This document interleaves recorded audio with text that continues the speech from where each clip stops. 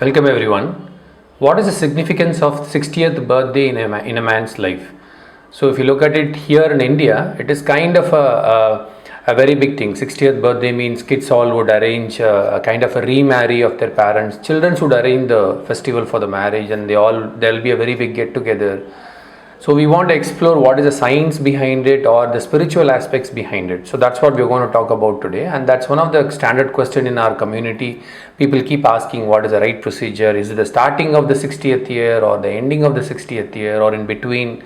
So this is what we are going to clarify it. So if you look deeper into it, it is actually one of the Shanti karmas. So there are like multiple karmas that we will have to be doing it. This is like a similar to the samskaras, our important duties that we have to do it for the children at a certain stage and certain milestone of it. Same thing for our own soul. Everybody has to be doing this kind of Shanti karma for us.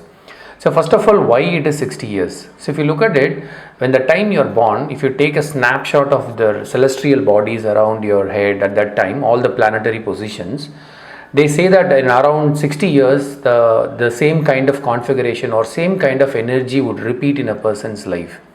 Okay, so then I did a research on it, like is it really the same astronomical data that is we are going to get it? Then actually it turns out it's not that exactly the same timing. All planets will not be at the same time after 60 years, but if you will actually look into it, it is majority of the two planets that contributes the 60-year cycle. So that is Saturn and the Jupiter. If you take Saturn, it takes 30 years to complete one circle around one revolution around the sun, whereas if you take Jupiter, it will take 12 years. So that's what every year you have this Rasi keeps changing. So at the time of birth, let's say your Jupiter is in one side of this side, and assume that Jupiter and Saturn is in this side, and my head is and it's taking around, it's coming back, whereas by 30 years Saturn would have come back and Jupiter would have been in the opposite direction. In another 30 years, they both will come to a same position. So when they both come, these are the two major influences of the human mind. So when they come to that exact position, we would again undergo the same kind of energy, or we'll start seeing same patterns in the life. Okay, so that is a very important time. So if you actually look at that 60 years, it's not just the Hindus, even the Jains or the Tibetan culture or the Chinese calendar, they all have that 60-year cycle. So that's what they say. Even if you look at the scientific point of view, there are like billions of neurons in our body, and there are a lot of trillions of connections that happens between these neurons in our body. What science say now is, till the age of 6, the brain keeps growing. At the age of 6, it's like almost saturated, and by the age of 35, it is like it reaches a mature state. So at around 60 years, the brain starts to shrink slightly. So that is when almost you feel a completeness. So scientifically or medically, when you look at it, even there is a lot of changes happening in our mind.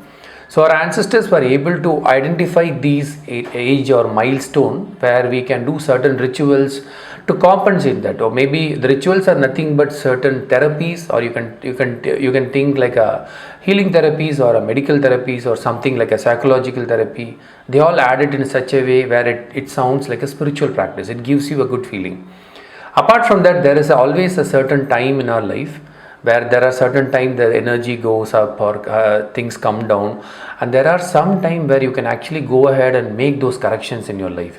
You can't go back to your past and change it, but whereas in these kinds of gap, you can erase certain unwanted baggages that's stored in your karmic impressions or in your subconscious mind. You have a chance to cleanse it or remove it. Of course, anything what you sow, we have to reap it, but there is a margin where you can actually go and slightly increase the severity or reduce the severity of the impressions what you have. So like that 60th birthday is one of the important cycles in everybody's life. It is just not that every married couple have to be doing it. Every person, male and female, have to do this on the 60th birthday.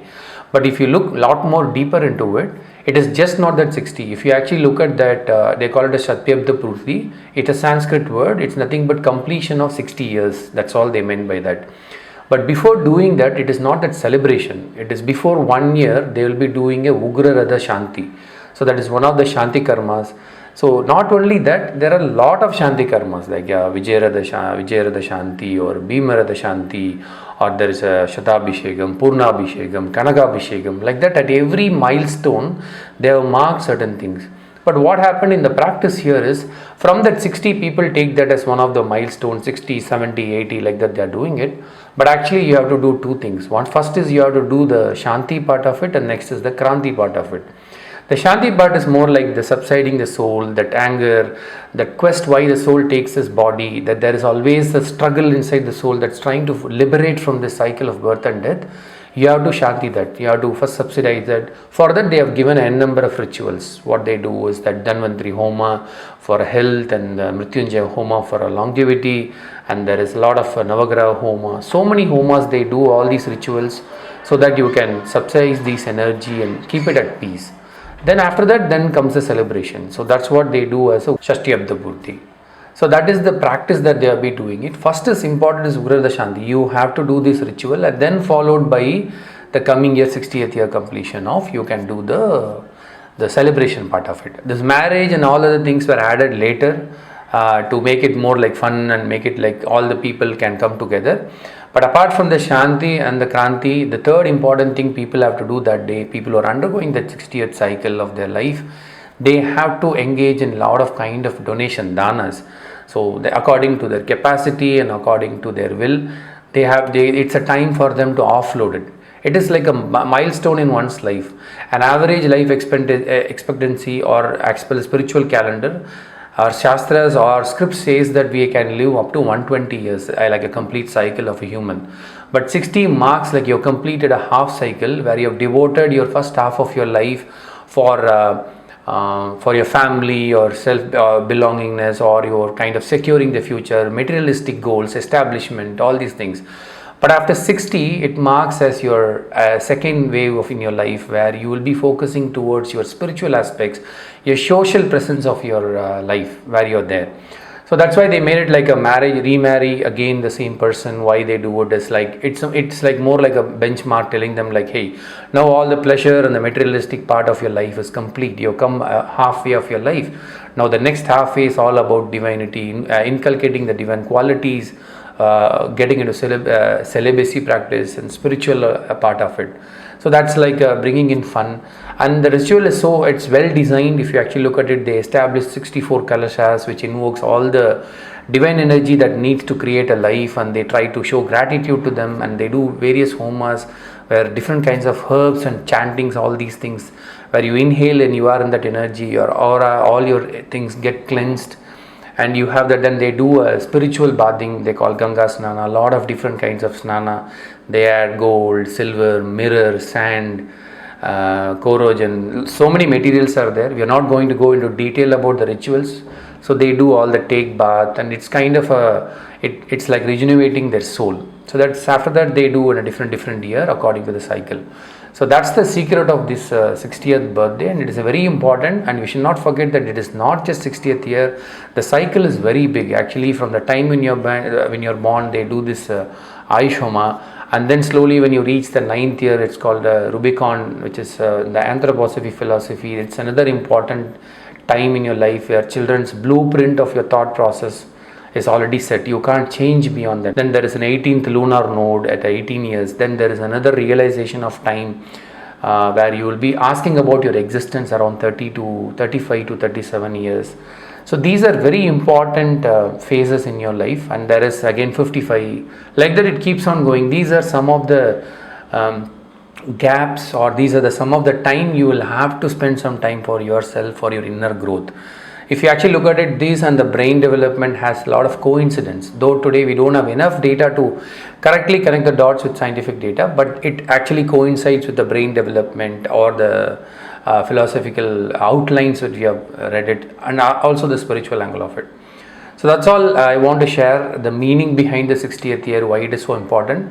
We will be doing a detailed webinar very soon. I don't know, mostly in the next month I might be doing, or in September, where we will run through all the Shanti Karmas, what are its equivalent, who should do it, what are the ways you can do it, and how you can subsidize the soul that's fighting for revelation.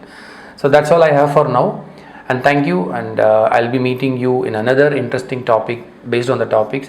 As I said before, these are not topics I suddenly design and I talk. There are very few intuitively I feel that I should talk, but rest of the time it is that interesting questions that we all discuss in the WhatsApp group, or any discussion or topics, that is what will attract me, and I will start spending more time to make these kind of videos. So do share your topics and keep continuing discussion in WhatsApp. I'll meet you in the another video very soon.